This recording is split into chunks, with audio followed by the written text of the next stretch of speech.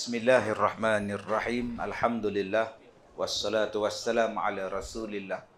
Wa ala alihi wa ashabihi ajma'in. Alhamdulillah. Qala Allah ta'ala fi kitabihil karim. A'udzu billahi minasy syaithanir rajim. Fashalli li rabbika wanhar. Alhamdulillah. Terima kasih kepada Ustaz pengacara majlis, kepada seluruh ahli-ahli Jabatan Kuasa Surau Al-Hikam. Seterusnya tuan-tuan dan puan-puan, tidak ketinggalan kepada anak-anak tahfiz. Alhamdulillah. Di mana tahfiz di mana? Oh, subhanallah, masya-Allah. Alhamdulillah, tuan-tuan yang saya hormati, dia ada beberapa perkara yang menyentuh tentang iman, yang menyentuh tentang Islam. Kadang-kadang ada orang yang nak memahamkan Islam ni, dia menggunakan akal semata-mata. Baik, tuan-tuan yang saya hormati, bukan semua perkara di dalam agama kita ni tercapai oleh akal. Tetapi ianya boleh dicapai dengan iman. Sebab banyak orang nak relatekan di antara agama, perkara yang berlaku di dalam agama, dalam sejarah, dengan akal. Sedangkan akal yang Allah bagi kepada kita ni pun terhad. Sikit sangat, tuan-tuan. Zaman sekarang, zaman orang tanya, mana boleh? Ya ke? Takkanlah kot. Kalau menurut hukum fizik, dia main fizik pula dah. Mana boleh nak mencapai hukum fizik, hukum sains, bila Nabi Muhammad sallallahu alaihi wasallam dibawa naik ke langit. Jangan duk fikir pula kelajuan dia, tak bernafas, oksigen lagu mana, baju angkasawan macam mana. Dia duk tanya pula Nabi Muhammad bernafas lagu mana di langit tu. Dia kata angkasawan nak naik ke sana pun kena pakai suit dia sendiri, angkasawan. Dak hang ni duk fikirkan Nabi, dak duk bayangkan Nabi dengan angkasawan. Hang ni sawan ke apa? Yang Nabi tu Nabi. Yang hang duk banding dengan angkasawan kejadah apa? Lama-lama sebab tu ramai orang jadi sawan, tak tentu halah. Sebab dia memahamkan agama tu mengikut perkiraan otak dia yang terhad pemikiran dia. Sampai kadang-kadang satu perintah Allah yang nak supaya kita berkorban, akal tak boleh fikir. Tanda kamu sayang pada Allah atau kamu sayang pada anak? Sayang pada anak atau sayang pada Allah? Saya sayang pada Allah. Kalau sayang pada Allah, sembelih anak kamu. Akal tak boleh pakai. Biar betul. Kalau sunat saya terima. Ini main sembelih-sembelih pula. Biar betul. Nampak? Akal boleh cakap macam itu. Apa bunuh-bunuh? Tak ada benda lain ke? Tak masuk belacan pun kena pancung isteri dia. Tuan-tuan tak ingat cerita bujang lapuk tu? Berapa kali kanda sudah cakap taruhkan belacan. Kenapa kau tak taruh belacan? Sekarang kekanakan pancung kepala adinda. Hei, apa pancung ni? Datang Sudin. Tuan-tuan ingat cerita bujang lapuk, seniman bujang lapuk ni? Nak berlakon lah pasal pancung kepala pasal belacan pula. Itu cerita bujang lapuk. Dia petikai kenapa kau nak pancung isteri kau hanya kerana tidak letakkan belacan dalam sambal dia. Ini perintah Allah suruh sembelih anak. Dahlah anak tu seorang. Sudahlah payah dapat anak. Bila dah dapat anak, kasih sembelih. Hati mula berfikir. Otak mula berteka-teka. Ada nak buat. Orang yang beriman kepada Allah, dia tak teka-teki, dia tak fikir panjang. Allah suruh buat, aku buat. Ini yang membezakan iman. Sebab tu tuan-tuan, kita hari ini hidup dalam masyarakat yang pelbagai. Maka orang yang tak reti iman, orang yang tak faham iman, cuba memberikan jawapan, pendapat mengikut pahaman dia. Dan lebih malang lagi orang Islam terima pandangan orang yang tak pernah mengucap dua kalimah syahadah. Allah Ta'ala sebut dalam Quran surah Al-Baqarah kan. Bismillahirrahmanirrahim. Alif Lam Mim. Zalikal kitabu la raiba fih hudal lil muttaqin. Sambung anak-anak. Kuat sikit. Wa yuqimuna as-salah wa mimma razaqnahum yunfiqun. Allah Ta'ala sebut dalam Quran tentang sifat orang bertakwa. Sifat orang bertakwa, Allah Ta'ala sebut allazina yu'minuna bil ghaib. Orang yang percaya pada perkara gaib. Itu sifat orang beriman. Kadang-kadang kepercayaan sains yang meletakkan kepada akal semata-mata, dia tak boleh terima sesuatu benda yang gaib. Dia kata tak nampak pada mata, tak boleh pegang dengan tangan, takkan benda tu wujud. Saya belajar sains dan saya orang sains. Saya tak percaya kewujudan jin. Yang saya percaya ialah manusia yang bernama jin. Au-ui jin. Dia percaya. Sebab dia boleh jumpa dengan au-ui jin. Ya, ni pengubah lagu yang tersohor ni. Walaupun dia bukan Melayu, tapi dia boleh cipta lagu Melayu yang cukup menyentuh jiwa. Nama dia, Oi jin gerimis di lautan, mendayung sampan ke Kuala. Tu lagu dia lah. Oi jin. Yang tuan-tuan duk minat jejak Rasul tu, itu lagu dia tu. Lagu jejak Rasul tu, lagu dia buat. Bukan Islam pun, tapi dia boleh, Allah bagi kat dia, kepala otak dia boleh reka lagu yang dekat dengan jiwa kita. Dia tak percaya. Ada orang yang tidak percaya dengan jin. Sebab dia kata tak nampak. Orang beriman, dia akan kata, jin itu ada. Syaitan itu ada. Makhluk halus itu ada. Bunian pun ada.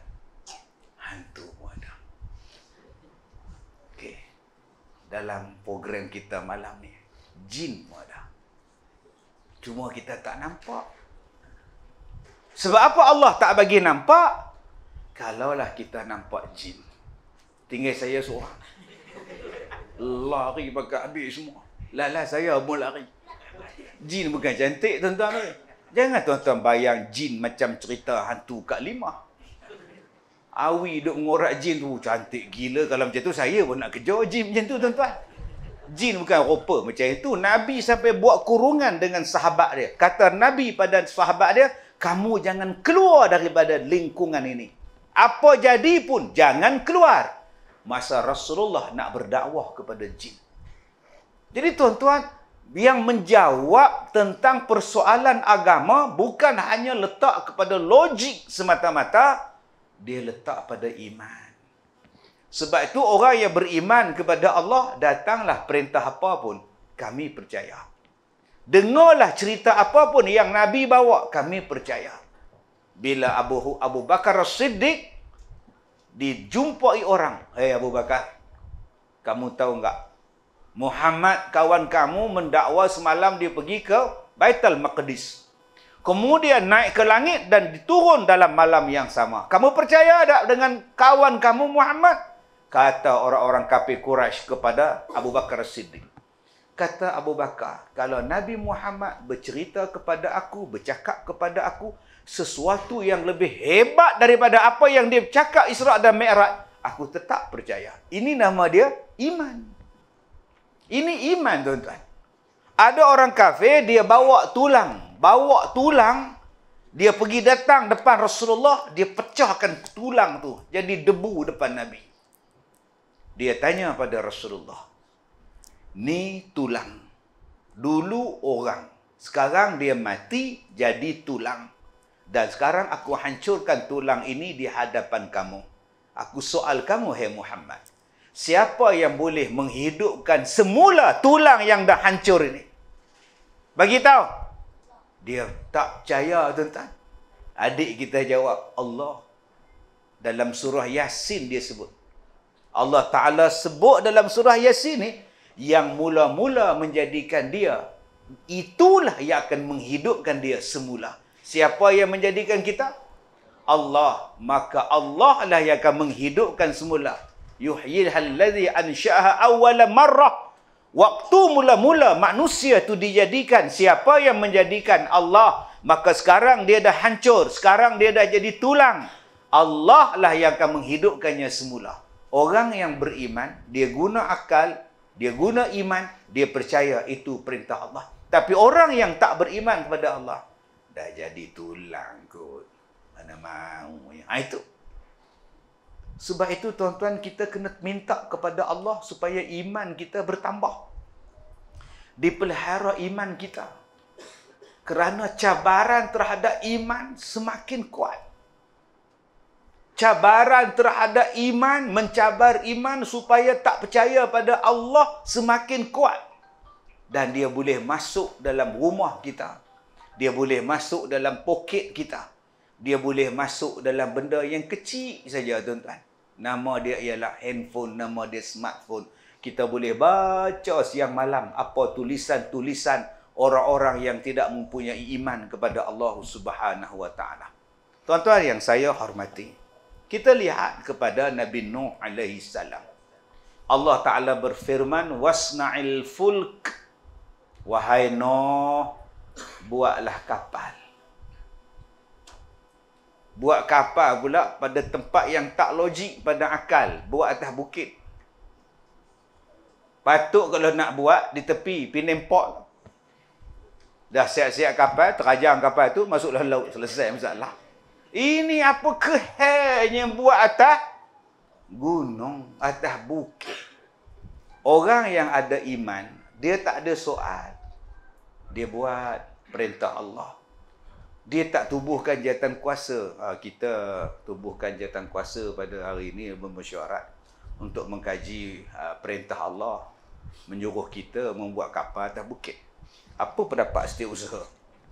Kena kaji balik Tuan Pengerusi.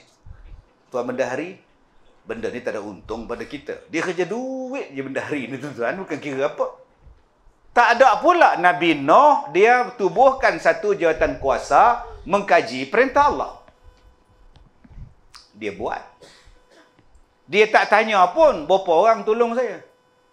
Dia tak tanya pun daripada mana saya nak dapat kayu. Kenapa buat atas kapal? Kenapa saya seorang kena buat? Dia tak pernah tanya. Allah kata buat kapal, buat kapal.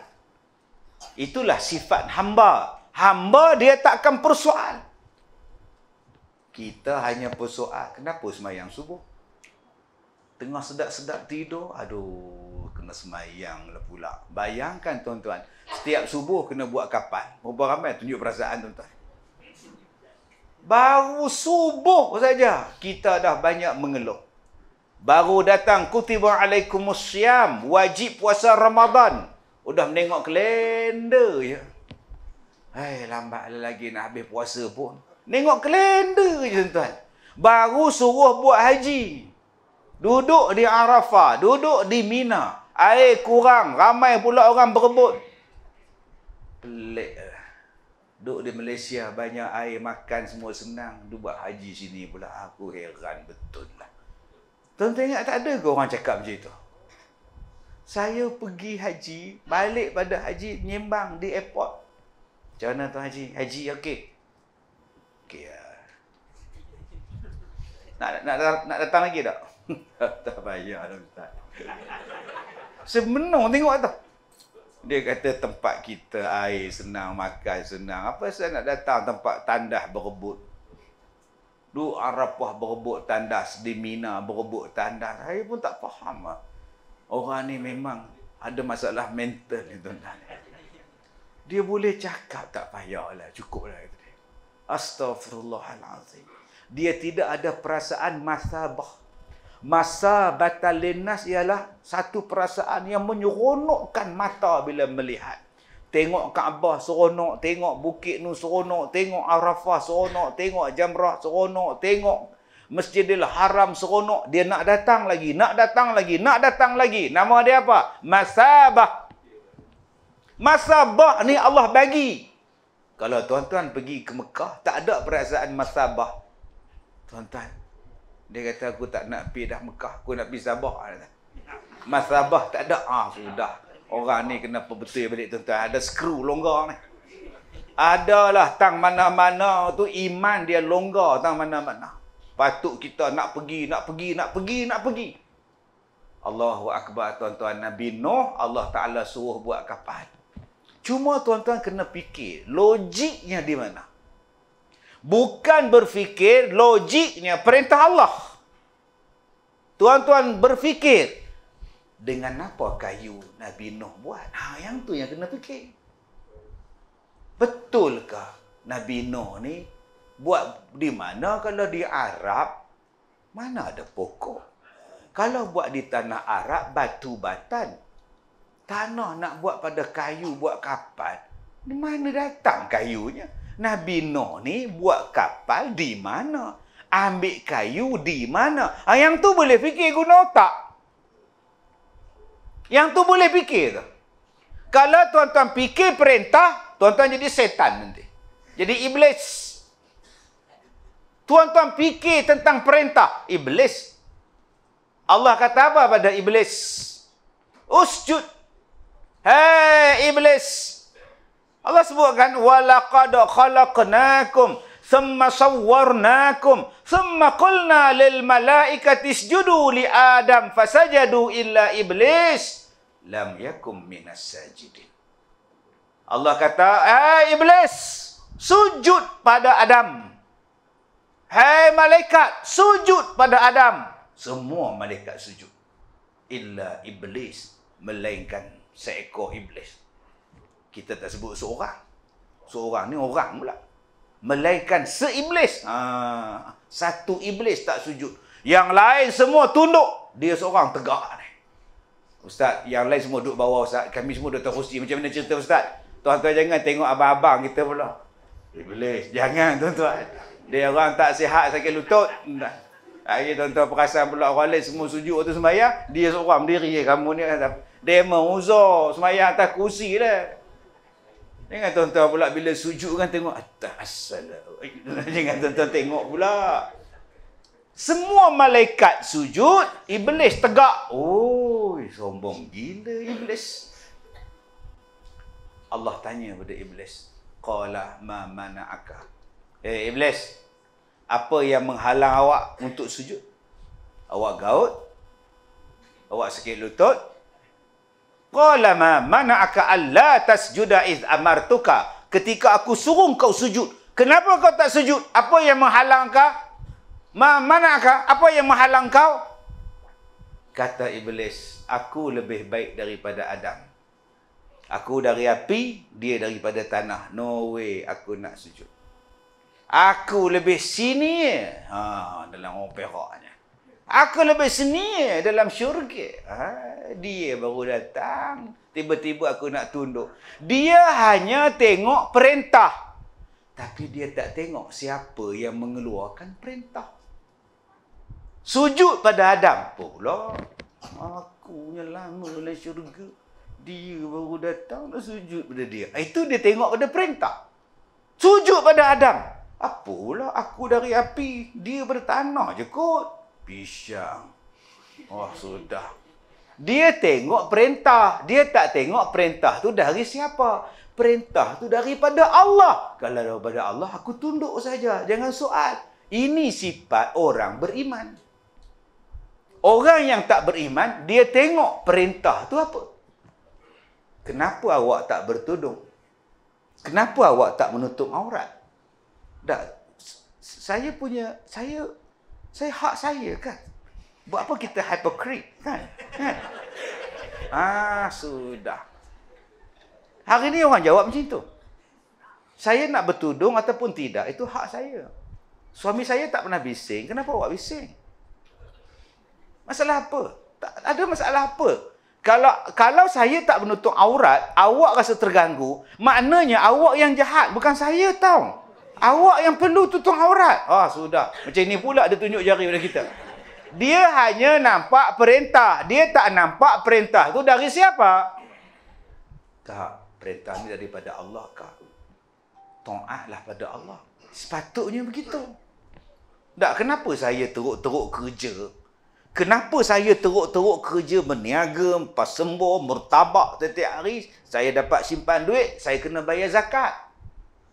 Zakat saya pula dibayar pada orang yang duduk di rumah, malas bekerja.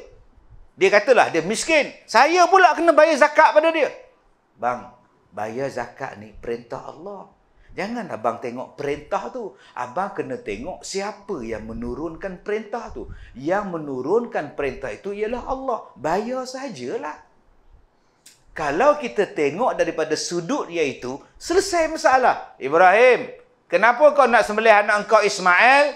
Allah yang perintahkan. Selesai. Oh Allah. Tapi kalau manusia bertanya, Ibrahim, kenapa kau sembelih anak engkau Ismail? Tidakkah ini zalim? Tidakkah ini jahat? Tidakkah ini penderaan? Ada akal ke tidak ni? Ini dia yang kita kata tadi, sawan tadi ni tuan-tuan. Tak payah pertikai perintah Allah. Sebab semua perintah Allah ada kebaikan. Semua ada kebijaksanaan. Ada hukum-hukum yang tertentu. Kita sebagai hamba Allah buat sahaja. Ada satu bapa, dia datang jumpa saya. Dia kata, Ustaz, saya ada anak perempuan. Saya tanya Ustaz, apa hukum bersunat pada anak perempuan? Saya kata, anak perempuan ke, anak lelaki ke, bagi mazhab Syafi'i, sunatkan saja. Sunat. Pi berkhatan. Tak, kalau saya tak nak bersunat, Ustaz nak kata apa? Saya kata, apa? Bukan anak saya, lantak awak lah. Apa salah saya pula? Tak, kalau saya tak nak sunatkan anak saya, Ustaz nak kata apa? Mana aku tahu? Anak engkau. Maksud sibuk aku, apa? Engkau tak nak sunat, engkau punya pasal lah. Adalah hikmah kenapa Allah menyuruh bersunat. Buat sahajalah, bukannya dia potong habis. Dia potong sikit sahaja. Bukannya zalim Tuhan tu. Tak. Kalau kata bersunat tu baik, Ustaz, kenapa Allah tak jadikan siap-siap bersunat waktu dilahirkan? Dia baca pula ayat Quran. Laqad khalaqnal insan fi ahsani taqwim. Allah Ta'ala jadikan manusia sebaik-baik bentuk kejadian. Lahir-lahir je sebaik-baik bentuk kejadian. Maknanya cantik dah, betul dah, bagus dah. Mai besar suruh sunat. Apa dah? Seolah-olah ciptaan Allah tak bagus. Kenapa Allah tak jadikan siap-siap dah bersunat? Allah kata dijadikan manusia sebaik-baik kejadian. Yang Ustaz nak sunat lagi pasal apa? Oh, sudah. Kalau tuan-tuan guna otak, tuan-tuan nak jawab apa? Guna akal. Tak iya juga. Nampak entah. Dah Allah jadikan sebaik-baik kejadian. Kenapa nak sunat lagi? Macam mana dilahirkan, sepatutnya macam tu lah. Oh, dia guna otak. Saya kata, abang, letak tangan macam ni. Main jari macam ni. Dia pun suruh tangan. Ni kuku abang. Ya. Kuku abang, kalau tak potong, dia panjang tak? Panjang. Kenapa potong? Biarkanlah dia panjang kuku. Umur 60, agak-agak panjang mana kuku kita. Nak datang sembahyang ke surau, belaga kuku. Hoi, aku punya, hoi, aku punya. Kenapa abang potong kuku? Ini kuku ni. Yang mau potong buat apa? Bayangkan kalau tuan-tuan tak potong kuku, nak bawa kereta macam mana? Steering penuh dengan kuku. Bawa motor penuh dengan kuku. Nak makan nasi pun kuku panjang. Potong. Siapa suruh potong? Nabi. Bersunat. Bayangkan kalau tak bersunat. Apa jadi? Siapa suruh potong? Nabi. Habis itu, Nabi yang suruh potong. Adakah Nabi suruh potong itu perintah Nabi? Datangnya dari mana? Datangnya daripada Allah juga. Allah yang jadikan kita. Allah yang jadikan hukum kepada kita. Orang yang ada iman, dia taat saja. Dia tak boleh nak guna otak dia berfikir. Tak akan sampai otak kita. Ni nama dia air. Ni nama dia air. Jadi apa air? Siram pokok, hidup pokok, insya-Allah.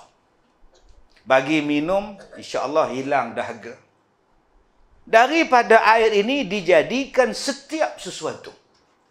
Termasuklah manusia. Jadi daripada air. Nama dia air mani. Cuba tengok tuan-tuan. Daripada air mani, min nutfatin amsyajin nabtalihi faja'alnahu sami'an basira. Daripada air yang terpancar, maka jadilah manusia yang boleh melihat, yang boleh mendengar. Sami'an basiran, mendengar dan melihat. Soalan dia, macam mana daripada air mani boleh ada mata? Boleh otak bagi jawapan. Daripada air mani boleh keluar suara? Tak boleh. Tak boleh, tuan-tuan. Tuan-tuan ambil air mani berulang gelas. Tengok. Buat apa mak? Nak peram kok jadi orang. Tobat lahum tak jadi orang. Mana? Nampak benar nipunya. Allah yang jadikan huwallazi yusawwirukum fil arham. Dialah yang membentukkan manusia dalam rahim-rahim ibu kamu. Macam mana Allah ubah, Allah jadikan air duduk dalam rahim ibu, Allah bentukkan dia jadi manusia. Sains tak boleh bagi jawapan. Tak boleh, tuan-tuan. Yang percayanya ialah iman. Allah boleh buat. Dan bila lahir manusia, insya-Allah suara pun tak sama. Allah buat. Cuba tuan-tuan tengok malam ni. Ada suara sama? Tak sama. Suara tak sama. Walaupun hampir-hampir sama, tetap tak sama. Kilauan bintang berkelip-kelip di langit biru. Suara tu sama, tapi tak sama. Hazura. Yang mana faham? Hazura. Nampak tak? Bunyi macam nak sama Ustaz, tapi tak apa nak sama Ustaz. Dia boleh ikut sikit-sikit sajalah. Tapi dia tak boleh ikut selama-lamanya. Boleh ikut. Menurut urat ini tandanya Cikgu Murni nak kahwin dengan orang kaya. Boleh ikut. Tapi dia tak sama. Anak-anak ni bukan gelak, dia bukan faham tak? Kita tua-tua dia faham. Mereka kata gila apa Ustaz dia. Tuan-tuan yang saya hormati, cap jari tak sama, gigi tak sama, DNA tak sama, rambut tak sama. Asalnya daripada air. Tak pernah sama semua. Subhanallah, Masya Allah. Yang bagi jawapan ialah iman. Masya Allah. Cuma tuan-tuan boleh berfikir, mengkaji. Kapal Nabi Nuh daripada apa? Yang tu boleh kaji. Kayunya ada di mana? Pokoknya tanam di mana? Yang tu boleh kaji. Keluasan dia berapa? Berapa tingkat kapal Nabi Nuh? Yang tu boleh kaji. Tapi jangan kaji. Kenapa Tuhan? Kenapa? Tak payah. Nabi Nuh tak pernah kaji tu. Cuba tuan-tuan tengok Nabi Musa alaihissalam.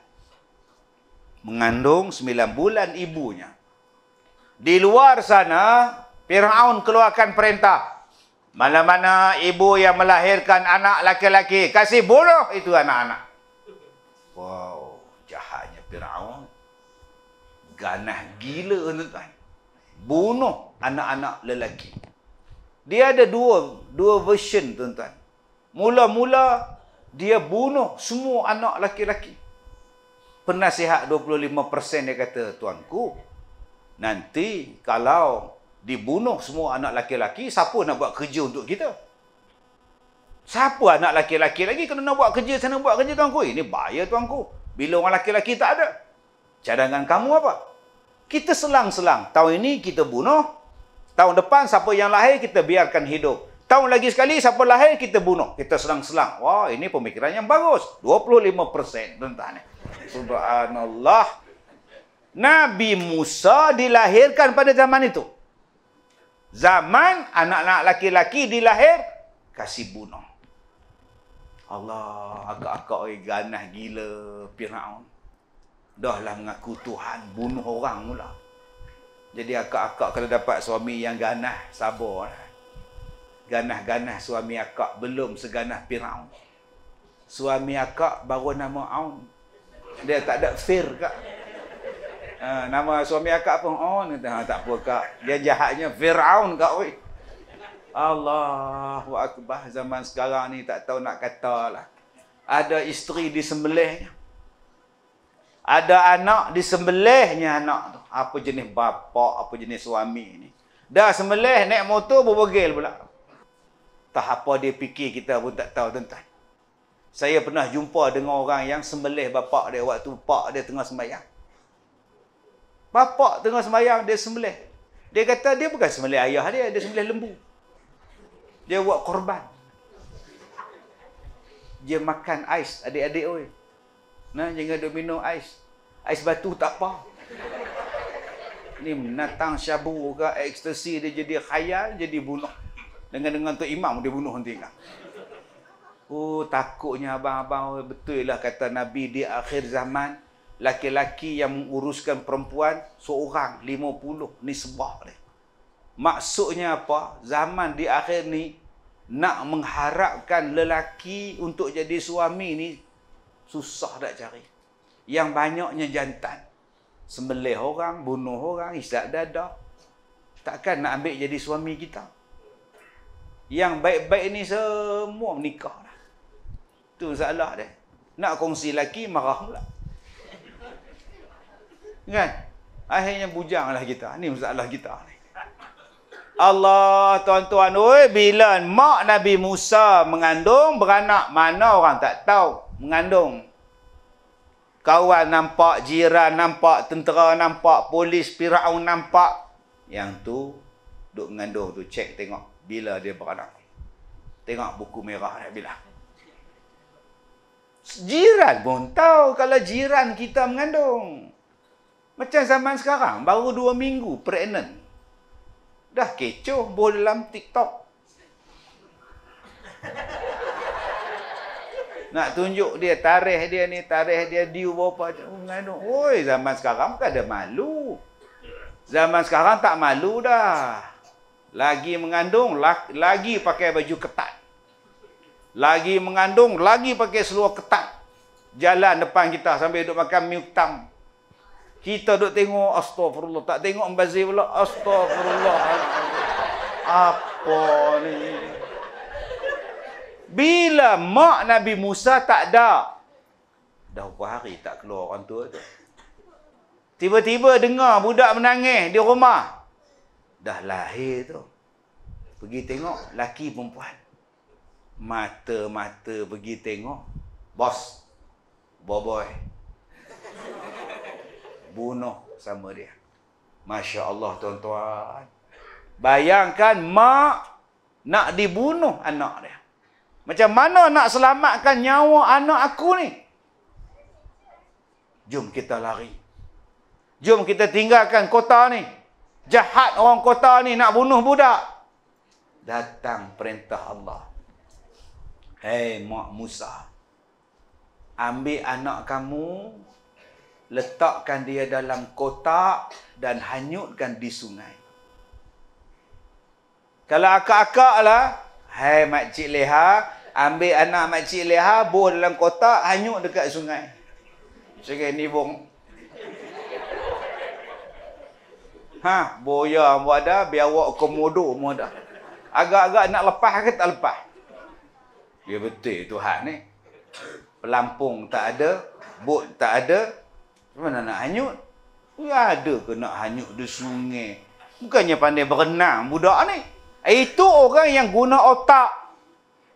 Orang guna otak, dia kata tak relevan. Orang yang guna iman, baik. Dia ambil Nabi Musa, dia letak dalam kotak kayu, dia hanyutkan. Kerana apa aku hanyutkan? Allah suruh. Tak mati ke budak? Allah suruh, Allah jaga. Kamu tak takut ke buaya telan dia? Allah jaga anak aku sebab dia yang suruh. Kamu tak takut apa-apa jadi pada anak kamu, lemah ke apa ke? Allah suruh, takkan Allah nak menyusahkan anak aku. Ini jawapan orang beriman. Wahai kakak, Anak pada dia, kak pada Nabi Musa. Cuba kamu ikut adik kamu. Ikut adik kamu. Tengok dia sampai kat mana. Yang kakak Nabi Musa pun ikutlah sepanjang perjalanan. Nak tengok Nabi Musa ni selamat ke tidak, dapat kat siapa. Tengok-tengok sampai depan istana Firaun. Dayang-dayang duk mandi. Cak-a duk mandi ni. Oh, bila mandi tengok-tengok budak teruk. Dia ambilnya, bawa pergi pada isteri Firaun. Tuanku, ada orang yang buang budak, tuanku. Ya Allah, zalimnya. Siapa yang buang ni? Padahal laki dia lah zalim, sembelih orang. Cantik budak ni, baik budak ni. Betul suka membelanya. Digendong buat balik ke rumah. Hoi, buat balik. Siapa yang kau bawa balik tu? Asia. Ini ada baby ya bang. Laki ke perempuan? Laki bang. Bunuh dia. Awak. Yang ramai di luar tu awak dah bunuh. Biarlah yang ini saya bela bang. Abang tengok pun nampak seronok tengok budak ni. Sehingga orang dia, cantik orang dia. Saya tak sanggup bang. Saya nak bela. Yang lain abang bunuh. Yang ni biar saya bela. Oh, segarang-garang Firaun kalah.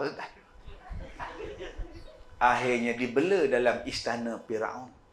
Makan free, bil air tak payah bayar. Telur cukup. Masya Allah. Tak payah nak jimat telur. Oh, subhanallah. Ni zaman Firaun cerita ni tuan-tuan. Jangan salah faham. Allahu akbar. Ayam semua cukup tuan-tuan.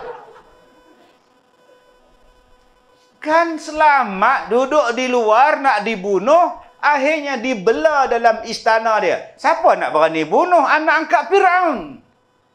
Bijak sungguh Tuhan. Menangis pula budak kecil ni. Nangis. Nak susu. Datang dayang susukan tak nak. Datang ini tak nak. Hei, siapa yang boleh susukan budak ni? Kakak dia masuk. Tuanku. Ampun tuanku. Patik tahu siapa yang boleh nyusukan dia. Bawa dia datang cepat. Dipanggilnya mak dia datang balik. Mak Nabi Musa. Gedek datang. Disusunya Nabi Musa senyap terus. Kalau begitu, kamu belalah budak ni dalam istana Betel. Betel suka melihatnya. Dah. Mak selamat, kakak selamat, Nabi Musa selamat. Bijaknya Tuhan. Tak ada siapa berani usik anak dia. Tak ada siapa berani usik Nabi Musa. Inilah dia jawapan bila manusia taat kepada Allah dengan iman. Allah takkan menyusahkan kita. Macam Nabi Nuh. Allah tak menyusahkan Nabi Nuh. Bila dah banjir besar, patutlah buat di atas bukit. Kerana banjirnya menenggelamkan seluruhnya. Banjirnya terlalu cepat, terlalu kuat sampai terapung kapalnya. Patutlah disuruh buat begitu. Patutlah ada 3 lapis di atas bahtera Nabi Nuh supaya boleh memuatkan binatang-binatang, manusia dan sebagainya. Dengan satu kapal itulah belayar. Cuba tuan-tuan tengok tuan-tuan. Kayu apa yang Nabi Nuh pakai? Banjir begitu lama, bahteranya tak pecah. Kuatnya ombak dia tapi tak pecah. Kayu jenis apa? Jangan tuan-tuan faham zaman dulu orang bodoh-bodoh. Kalau bodoh Nabi Nuh tak pandai buat kapal. Kita sebenarnya yang dibodoh-bodohkan oleh orientalis barat. Mengatakan orang dulu bodoh. Padahal orang dululah pandai. Kapal pun dia buat. Kalau kapal dia buat, agak-agak rumah buat tak? Mesti rumah buat. Mana ada orang buat kapal, rumah tak ada? Mana rumah kau? Dalam gua. Tapi buat kapal, kan pelik bunyinya tuan-tuan. Mesti rumahnya dah cantik, rumahnya dah lengkap, kapal pun dia boleh buat. Kalau teknologi kapal dia seorang boleh buat, mesti ada satu alat yang canggih yang menjadikan kapal itu hebat. Mesti menggunakan teknologi tuan-tuan. Bukan pergi ambil hammer, pergi katok pahat, geregang. Bukan. Ini orientalis barat. Dia nak mengubah pahaman. Mengatakan bahawa hanya kita yang maju. Zaman dulu tak maju. Salah tu tuan-tuan. Zaman sekarang cuba tuan-tuan tengok berapa lama usianya kapal. 45 tahun confirm total loss. 50 tahun reput mampus gitu je kapal tu. Tapi kapan Nabi Nuh sampai sekarang masih ada lagi atas bukit tu. Wastawat alal judi. Masih ada dan tak reput-reput lagi tuan-tuan. Subhanallah. Ini teknologi. Allah Ta'ala perintahkan Nabi Ibrahim punya sayang pada anak. Pak siapa sayang? Siang malam duk doa, ya Allah, mintalah anak, ya Allah. Minta anak. Siti Sarah daripada muda sampai tua. Doa, ya Allah, anak-anak. Nabi Ibrahim tak berhenti berdoa. Siti Sarah tak berhenti berdoa. Kita 5 tahun kahwin, tak dapat anak, malas berdoa. Bila nak nikah lain dah. Yang tu saja dia fikir tuan. Aku kalau tahun depan isteri aku tak mengandung, aku cakap direct. Aku nikah lain, aku tak kira. Cuba tengok Nabi Ibrahim. Isteri tak mengandung, ada dia nikah lain. Berapa puluh tahun hidup. Daripada muda sampai ketua. Tak nikah lain. Dia doa ya. Minta anak, minta anak, minta anak. Dia tak jemu. Kita sekali minta. Besok minta. Tak dapat, besok minta. Kena sebulan, malas minta. Sampai sembahyang lepas maghrib. Nak doa dengan Tok Imam pun malas. Begini tangan tak apa. Nak bagi-bagi, tak bagi sudah. La ilaha illallah. Ada yang malas berdoa. Dia kata, ya Allah. Macam semalam, ya Allah. Amin, ya Rabbal Alamin. Dia ingat macam roti canai kan? Okey, biasa. Doa pun macam roti canai ni. Okey, macam biasa. Okey. Amboi malahnya berdoa. Nabi Ibrahim doa minta anak. Lah sekali Siti Sarah, isteri dia kata, abang oi, cik ni dah tua.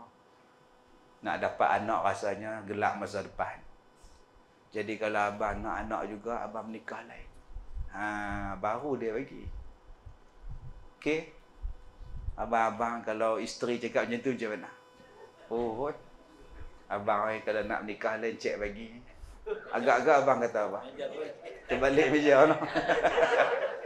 Hoi, kalau kita tak sanggup. Kalau isteri cakap macam tu kita, tak sanggup. Abang pilih nikah lain. Pi ambil jari tak kat mulut isteri.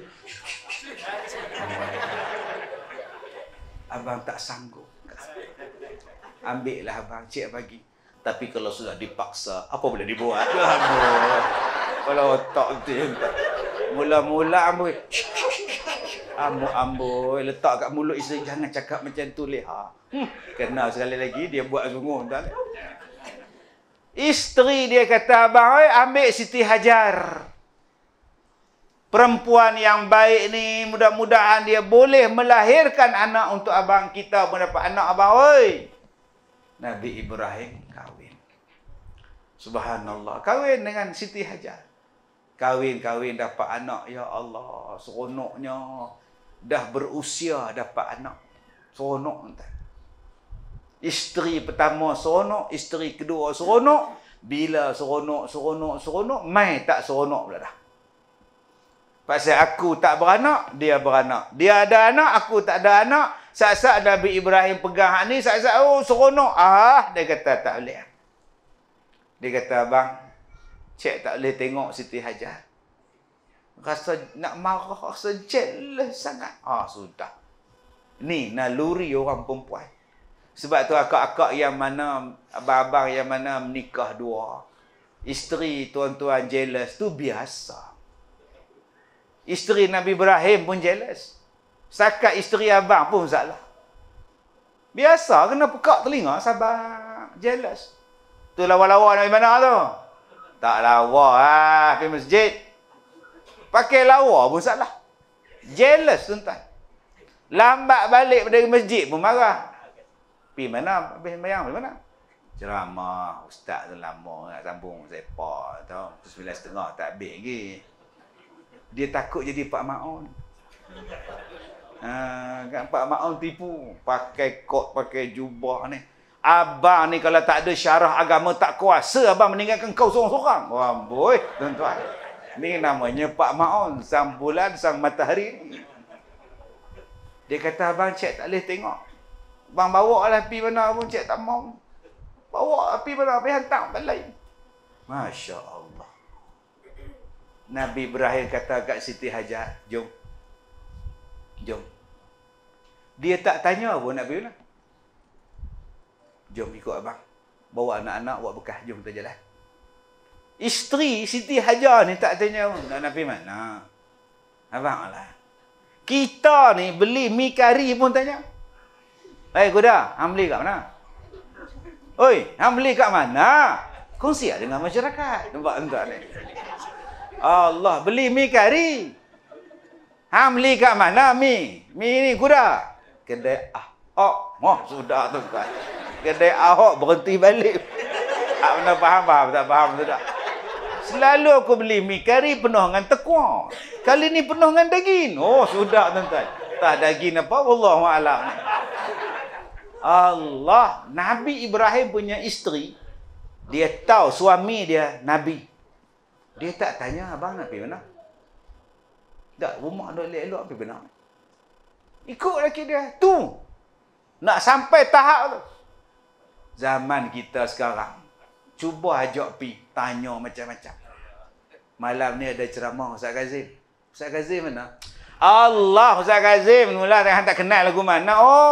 Hak sakit puru. Sudah.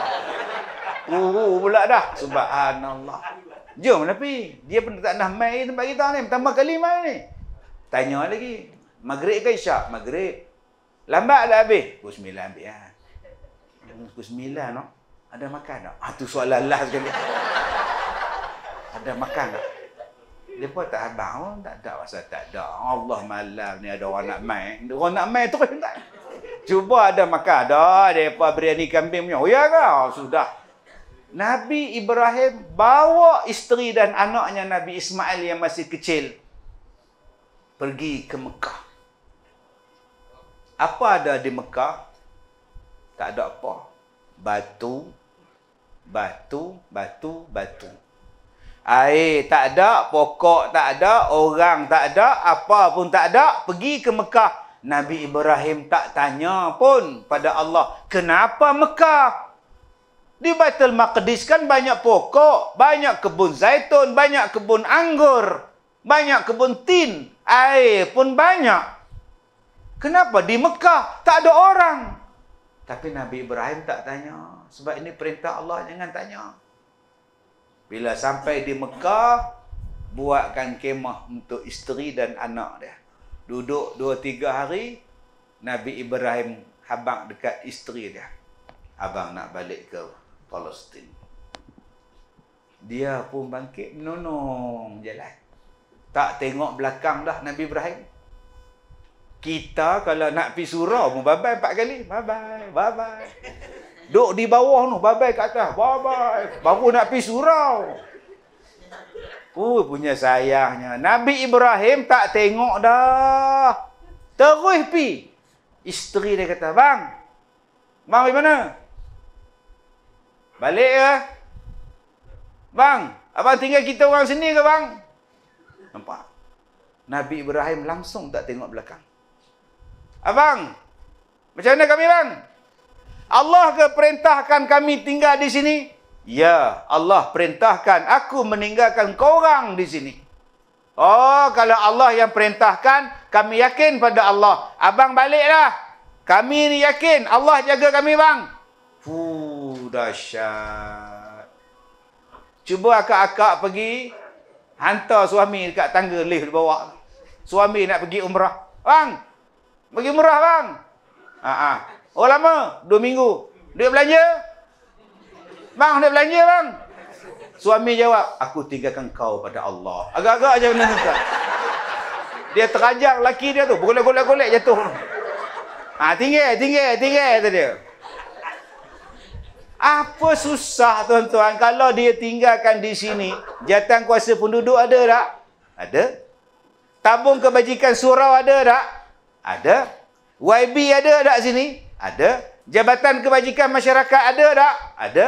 Masuk aja dalam TikTok. Saya susah. Suami saya pergi umrah tak tinggalkan duit. Tolonglah saya. Ebik Liu sampai. Terbang dah sampai tuan-tuan. La ilaha illallah. Apa susah sekarang ni? Ustaz Abid Liu punya rajin tolong orang, tuan-tuan. Ustaz tidur, Ustaz Abid, Ustaz bangun, semua boleh tolong. Bayangkan Siti Hajar duduk di Mekah, siapa orang? Siapa orang yang di Mekah? Dia orang berdua saja. Susahnya berdua, anak beranak. Nak minta tolong siapa orang tak datang. Tuan-tuan sekarang kalau susah minta je tolong. Bomba datang, tanah awam datang, ular datang. Datang semua dia. Yang zaman Nak Siti Hajar duduk di situ, orang tak ada. Air tak ada. Elektrik tak ada. Bayangkan malam-malam macam mana anak beranak ni. Bayangkan dia orang duduk malam-malam macam mana. Sunyi, sepi, lampu tak ada, lampu jalan tak ada, air tak ada. Kawan tak ada, jiran tak ada, tandas tak ada, rumah tak ada, makanan tak ada. Tuan-tuan, kita sekarang baru datang kuliah. Saya nampak di luar tu, dia orang dah letak roti dah. Dia orang letak roti dah, tuan. Habis sembahyang ke tak tahu, jual ke? Free tu, free ke Tuan Cik?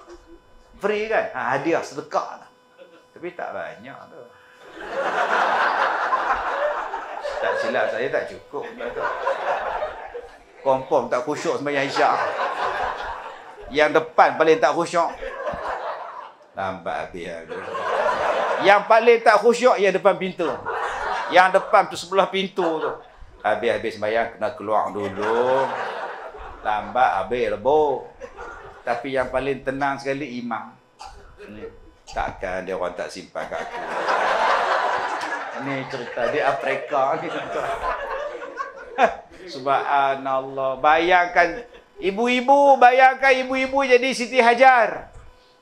Dah lah anak kecil, makanan tak ada, suami tak ada, orang tak ada, jiran tak ada, ayang tak ada, apa pun tak ada. Susu yang dalam dada ni makin kering, anak makin kuat teriak. Susahnya hati seorang ibu. Untuk aku tak apa, anak aku ni. Aku tak apa, aku boleh tahan. Masya Allah. Ni nama dia pengorbanan. Kalaulah kita jadi Siti Hajar, kita ambil anak, kita heret buat balik, ikut laki. Dia duduk seronok dengan madu. Kita teruk sini.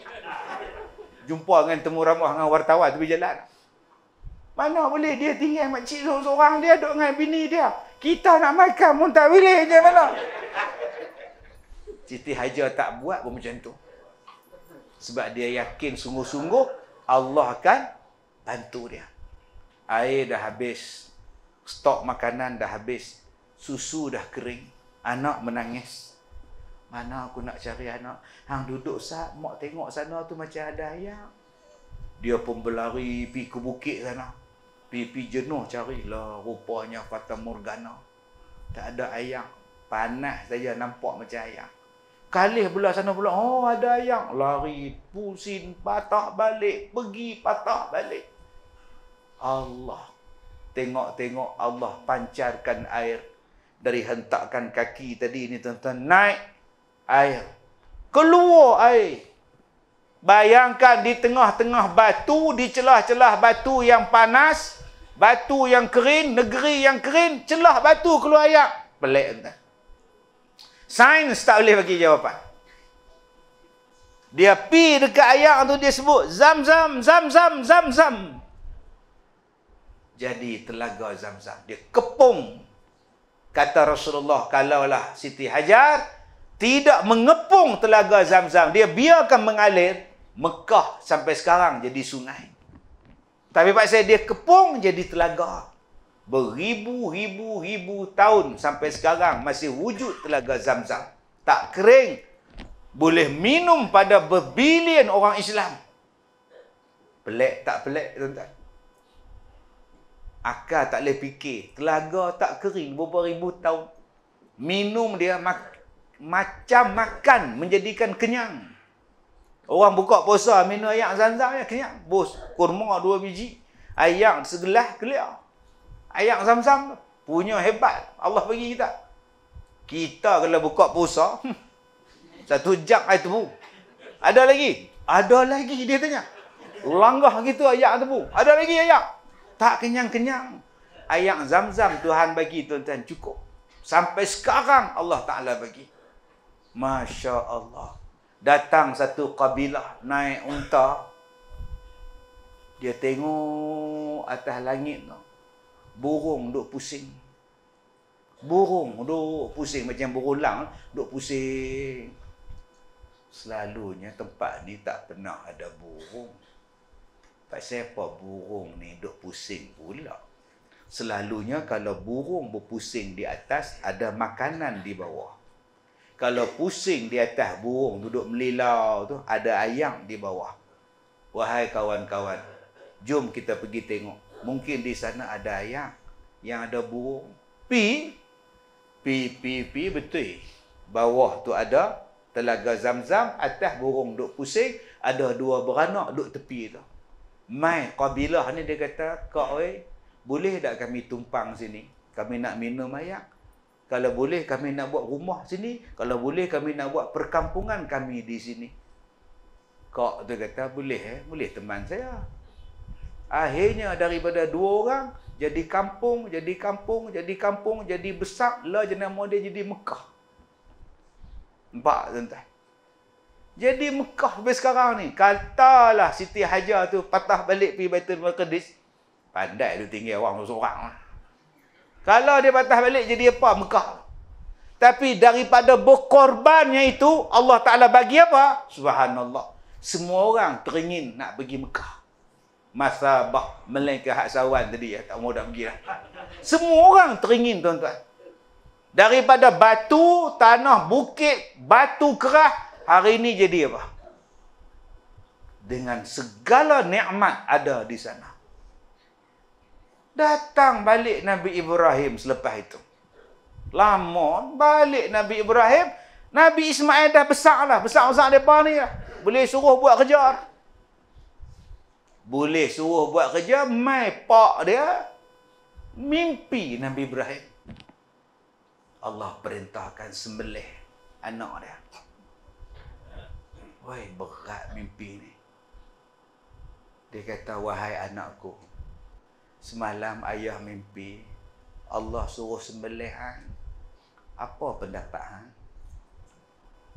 Kalau anak kita macam tu, semalam ayah mimpi Allah suruh sembelih hang." Anak tu kata apa? Orang dah kata tidur basuh kaki. Main tidur aja, mimpi pelik-pelik sembelih orang. Oh, melih-melih pula. Ni budak zaman sekarang. Dia buat muka com, melih-melih mati orang. Oh, Nabi Ibrahim, Nabi Ismail tak kata lagi tu. Dia kata, "Pak buat. If'al ma tu'mat, buat. Apa yang Allah suruh buat, buat." Ni dia adik-adik, perintah Allah. Tahap bunuh, sembelih, buat. Allah suruh. Pak ni tu punya doa asah depan anak. Ngongah, asah, tuan. Anak siap besar. Pak asah betul-betul pergi tajam sungguh. Selagi ikut tumpul tak luka pula. Anak cakap macam tu. Dia tak kautim dengan pak dah. Saya sikit dah. Dia tak macam tu, tuan. Dia buat suara halus, suara besar. Pak pun cilok sikit kan. Dia tak cakap macam tu. Kita dengan anak kita cakap cilok. Bila anak nak masuk duit dalam derma, cari duit aku ya. Tapi bunyi tak bunyi lah. Dia bisik kat anak dia. Masuk tabung. Cari dia koyak. Koyak lah. Ni ngambil dia baru tu. Dia bukan sini, dia di Afrika. Dia hasuk anak tu suara halus. Subhanallah. Nabi Ibrahim sembelih sungguh tuan-tuan. Dan nak mak dia pun tengok. Mak dia tak teriak, mak dia tak halau orang tu beranak senang nak sembelih anak orang. Dia tak kata macam tu. Kita baru jadi mak budak, cikgu cubit sikit, telinga pulas, serang cikgu. Mana dia cikgu hak pulas telinga anak saya mana? Mai ku hajar ngak mai kita nak pulas dia pula. Tu dia. Satu sekolah dengar. Budak-budak semua berhenti kat koridor tengok mak siapa ni. Baru cikgu pulas telinga, tuan. Mak serang lah. Mai nak tengok. Kita buat live. Oh, sudah, tuan. Kita buat live. Kita ada maruah ni, kita buat live. Kita buat live. Oi, serang anak. Oh, dahsyat zaman sekarang, tuan. Oh, tak tahu nak abang. Kalau jadi Siti Hajar macam tu, suruh sembelih anak tak tahu. Bila nak sembelih tak luka. Tenyih, gua tarik tak luka. Anak dia kata, ayah buat tak betul, ayah kesian kat cik, buat betul, tekan tak jadi. Dia kata, ayah kalihkan cik, kot ayah tak boleh tengok muka cik rasa kesian kot. Terlungkup pula, sembelih kot belakang pula. Tak jadi juga. Allah kata, dah lah Ibrahim, aku nak test kamu je. Kamu sayang anak ke sayang aku? Terbukti kamu sayang aku. Kamu iman yang hebat. Sekarang tukarlah kambing kibas jadi sembelihan korban. Allah dia waktu turun perintah, bukannya zalim. Dia nak tengok hang sanggup buat ke tidak. Lepas tu Allah tukar lain. Kita hari ni bila mai perintah Allah, petikai dulu, tanya dulu. Allah kata yang mencuri potong tangan. Aduh, potong tangan mampu orang. Semua orang kudung nak jadi apa? Sambil tak kepala duk lenggak. Hang fikir tengok kalau semua kudung apa nak jadi? Apa nak jadi kita? Apa jadi? Habis tu ramai sangat gaya mencuri ni sampai duk siapa? Hang mencuri ikut yang hang takut sangat. Ya hang yang takut, aku tak mencuri, aku tak takut. Kita hari ni sampai tahap macam tu. Duk pandang perintah Allah tu jahat. Dah hang fikir tengok. Dah fikir tu dah lah tu saya tengok. Lu fikir tengok. Hang tak payah fikir. Bila Allah kata, hak mencuri potong tangan, hang potong aja. Lepas tu tak ada siapa mencuri lah. Tak mau lah. Mana nak cari spare part? Mana nak cari spare part? Allah tak kata siapa yang mencuri ambil buah pinggang dia. Allah tak kata. Kalaulah mencuri hukum dia ambil buah pinggang. Orang ni boleh derma, ambil mak punya, mak ambil. Tuhan ambil mak punya, tak apa. Tangan mana ada orang nak ganti? Nampak tak bijak Tuhan? Mana nak cari tangan ni? Oh, nak makan lagu mana? Oh, nampak. Lepas tu orang tak mencuri lah. Sekali tu sajalah. Hak lain kita boleh derma. Zaman kita sekarang ni boleh derma. Kawan saya, dia mati. Dia derma tulang kaki ni doktor ambil. Doktor ambil tulang ni bagi dekat orang yang kena kanser tulang. Dia derma tulang. Kalau dia mati, ambil tulang dia. Masya Allah. Ada yang derma buah pinggang. Kalau dia mati, ambil buah pinggang dia, bagi ke orang lain. Masya Allah. Ada satu budak tahfiz, dia derma jantung. Kalau dia mati, ambil jantung dia. Dapat dekat orang Ipoh. Satu perempuan Cina di Ipoh. Naik helikopter tuan-tuan, pergi hantar jantung saja. Hebat. Budak tahfiz aksiden. Okey. Benda tu tuan-tuan. Benda tu, semua boleh derma. Yang tak boleh derma satu. Sebab tu adik-adik, jangan jadi pondan. Pergi nak jadi perempuan, dipotong habis. Loh. Dia potong habis. Yang tu tak ada siapa derma dia. Lepas potong menyesal pula. Aduh, siapa nak derma lah. Sebab tu jangan duk jadi pondan, tak tahu lah. Jantung orang derma, buah pinggang orang derma. Benda tu. Pak Mat, derma kat saya, Pak Mat. Aku pun nak pakai, pergi ke hang pula. Mana faham? Tak faham tak? La ilaha illallah. Jadi kalau kita faham penghayatan korban, apa perintah Allah, buat je dulu. Lain-lain Tuhan settlekan. Jangan duk banyak petikai. Siapalah kita nak petikai Tuhan. Jadi tuan-tuan, jom kita korban. Sekarang kita tak payah korban anak. Sagi anak balik rumah, oh, sudah anak dah lari apa. Nampak ada Ustaz Kazim kata apa? Sembelih hang. Dah ni kisah Nabi Ibrahim dengan Nabi Ismail, bukan anak hang, walaupun kebetulan anak hang nama Ismail. Tak tidur malam budak tu. Pak dia kata betul.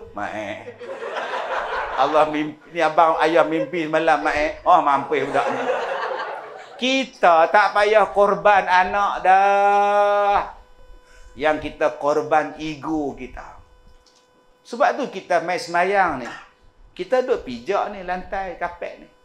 Kita pijak. Lepas kita pijak, kita pergi depan, orang lain pula mai sujud tempat kita pijak. Mai sujud pula. Setengah orang dia fikir, tadi siapa duduk sini? Aku tak. Setengah orang dia kentut atas sejadah, atas kapet ni. Melekat tu. Mai qamat dia pergi ke depan. Orang lain mai sujud. Lain macam bau ni enggak. Nampak tak tuan-tuan?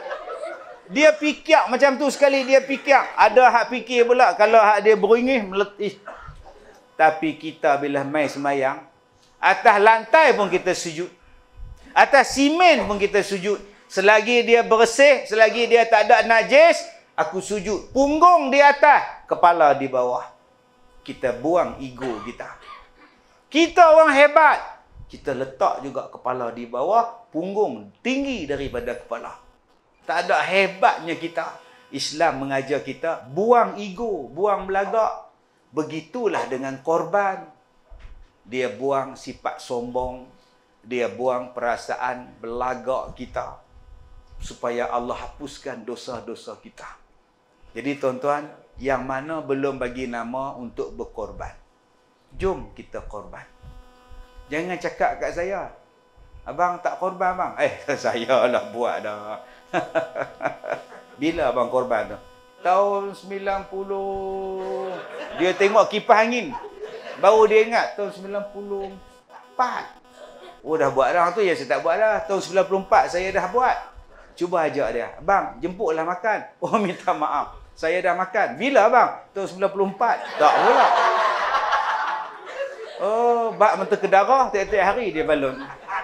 Tapi bak ibadat ingat tahun pula tu. Sampai melongok ke langit tahun 94 nah nampak tu. Jom kita korban, jumpa dengan bendahari, aku ambil sekong, aku ambil satu bahagian, aku ambil dua bahagian. Takkan miskin sedekah kita. Ma naqasat sadaqatun min man. Allah jamin takkan miskin siapa-siapa yang bersedekah. Mudah-mudahan Allah tambahkan rezeki kita, panjangkan umur kita, limpahkan rahmat pada keluarga kita, pada taman kita, ampunkan dosa-dosa kita dan naikkan darjat kita apabila kita melaksanakan ibadah korban. Terima kasih kepada semua. Terima kasih pada yang menjemput saya. Kita jumpa lagi di lain masa. Saya minta maaf jika terkasar bahasa. Wabillahi taufiq wal hidayah. Assalamualaikum warahmatullahi wabarakatuh.